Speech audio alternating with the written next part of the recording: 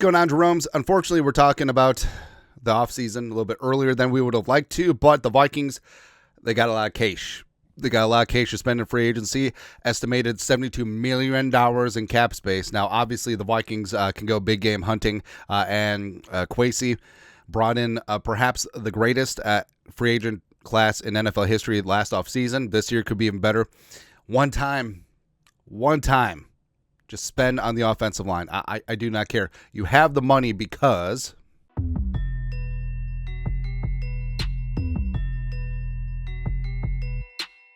but the Vikings will also have some decisions in-house on, they have a number of players that are set to hit open free agency, and it's going to be a balancing act. So, yes, you can let some of these players go and get some comp picks potentially in 2026, although you are going to be players in free agency, so there's going to be a lot of canceling out.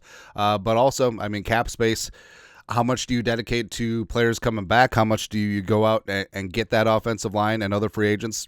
There's a lot of things going on. So here's a list of the Vikings 2025 free agents, unrestricted free agents, as well as a couple RFAs, ERFA in there as well. Now, a couple players with Darnold, Harrison Smith, Murph, Aaron Jones, and Gilmore have voids, but that's just accounting. Like, if they sign somewhere else, the Vikings still get credit for a comp pick. They're just taking on some dead cap in subsequent years. And also, we highlighted the players in blue that would be significant contributors to potential comp picks in 2026. So Cam Robinson, Darnold, Murph, PJ2, Daniel Jones, Cam Beasley. If the players did leave, they would factor in heavily into the formula. So this from our friends over at Over the Cap. So we got the Vikings players, current age, type of free agent that they are, percentage of snaps played this season, as well as what they're currently averaging in terms of their contract. So diving on in, also we're going to go through and say, that's a win, that's a loss. No, who should be back,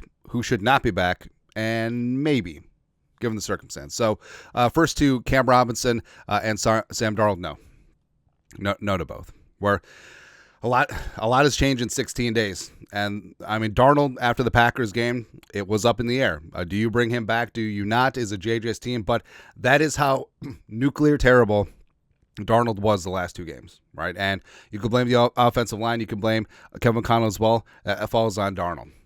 It really does. So, Darnold, no, but he's still going to get paid for agency. Now, it's probably not going to be the $45-50 million per year that he was slated to get, but you could see a team like Tennessee or the Raiders giving him like $25-30 million a year pretty easily.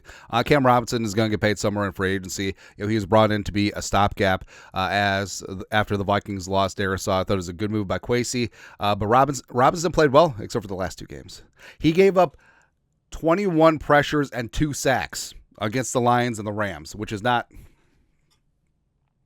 good. It's no bueno. And then so Robinson's going to go somewhere to a left tackle needy team. He's going to get paid, and he will be huge for the Vikings comp pick formula. Harrison Smith at 36. I'm going to say maybe. Like, if he wants to run it back, yes. Harrison actually played well this year, and he definitely was not the weak link on the defense. He could still have a role, especially with Flores likely going to be back. But I say maybe in that he may retire.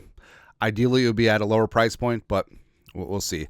Next up, Murph. Yes, I want Murph back. Like, Murph is a dog. Now, he started off the season a little bit slow. Got into things, tied for the league lead for interceptions for a cornerback with 6. Was feisty, was getting after things. Yes, 100% bring Murph back and secure one of the cornerback spots. Like, Murph really showed up and showed out this year. Next up, Aaron Jones, maybe. So Jones, even though he was banged up throughout most of the year, showed they still got some juice. Now, if you bring him back, he's not running back one. Like, he's not going to be the lead dog. He could be a part of the committee. He could be a leader in the running back room. But I think the Vikings should definitely look to draft or add a running back in free agency, and also bring back Cam Akers. But Jones back, I would say maybe if the price is right. Ideally, it'd be less than 5, somewhere in there. Next, Gilly, no. And Gilmore's openly talked about retirement. I actually think that he'll retire and go from there. They got Shaq and Jerry Tillery. Yes.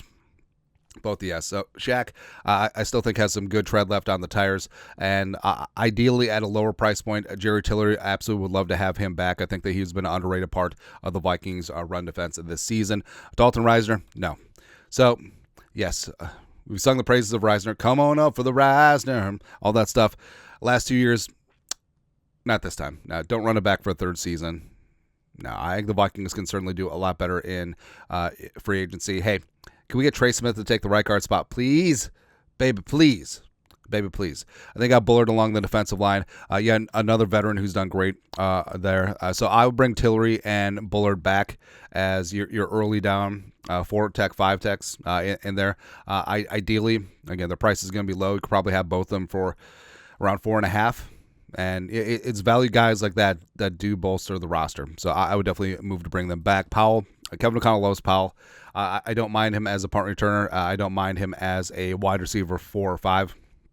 But, yeah. Next, let's do a fistful of these at once. So, Johnny Munt, maybe. Like, I know that the coaches love him. I do think that Hockenson will be 100%. You got Oliver still, and then also Nick Muse. I think he's ready to be tight end 3. So, that's why we're like, league minimum or now. Nick Mullins, no. I think that you can definitely upgrade the backup quarterback spot. Quisenberry or Diamond Dan Feeney, maybe. I mean, a decent swing interior backup, sure. Quisenberry, no. Like, he fought the good fight several times, but nah, I think he's just he's probably approaching retirement age as well. Then Trent Sherfield, Hottie Ward, Kamagruja Hill, yes, absolutely yes. Bring all 3 of them back. Trent Sherfield is a dog. Hottie Ward has been a fantastic part of the rotation, and Kamu's a great backup linebacker as well as special teamer. Fabian Moreau, no. Maybe not so much. Next 4. So PJ2, no, because I think that he's going to get paid decently somewhere else. So the Vikings will get some comp credit. Cam Akers, yes. So bring him back so we don't have to trade for him for the 3rd year in a row. But Akers shows that he had some bursts. He's completely recovered from that Achilles. He's a great 3-down running back, and he's very valuable to have. And then Daniel Jones, yes. I'll bring Daniel Jones back as J.J. McCarthy's backup. And make sure that he knows that, but a career rehab season with good coaching and a winning organization, give Daniel Jones $5-6 million bucks, let him catch his breath, and then see what he does in free agency next season. And then you got Brett Rippon, no, Rippon ass, maybe. Beasley, where'd it go? Beasley, I'm gonna say maybe if the price is right, because analytics wise, Moneyball wise, like safety isn't a tier 1 position to pay. It just isn't. And I do think that Bynum could get paid decent amount. We're talking about like Buda, Marcus Williams, Kyle Duggar type money, $14-15 million per year. I don't think that the Vikings want to pay that. I think what they'll do with Bynum, who obviously is a fan favorite, although the turnover salaries are great, but I just wish that he could tackle a running back in open space. But I think what the Vikings will do is that they'll make an offer, be like, hey, 3 years, $30 million bucks with 18 guaranteed. Somewhere in there, and if you can get better, hats off to you. We love you, BZ, but go out and get paid. I think that's probably what's going to happen. And then so restricted free agents, you just tender them, and exclusive rights free agents basically just name your price. And also Henry Bird's a street free agent, so all 4 of these guys are going to be within the sphere. Theo Jackson. If Bynum leaves and or Harrison retires, I think Theo Jackson starts, and I think deservedly so. Ryan Wright really recovered this season. Absolutely bring him back. Jalen Redmond has been a hell of a find. Absolutely love him. Make sure that he gets paid and taken care of. And then Henry Bird, practice squad offensive lineman, sure. But overall, like the Vikings will have some decisions, but I think they're basically cut and dried. Right, and like the only one that's up in the air is what happens with Beasley, and that basically just comes down to price. But that's what happens with all these free agent choices, right? So the Vikings will have some decisions, not only in outside free agents, please, Ave Maria, but also in-house guys. But your thoughts are thoughts. Take a look at the Vikings 2025 in-house free agents. Who should be back? Who should not be? Where do you agree? Where do you disagree? Etc. Let us know in the comment section. You guys are the best. You know what to do. Skull. Production value.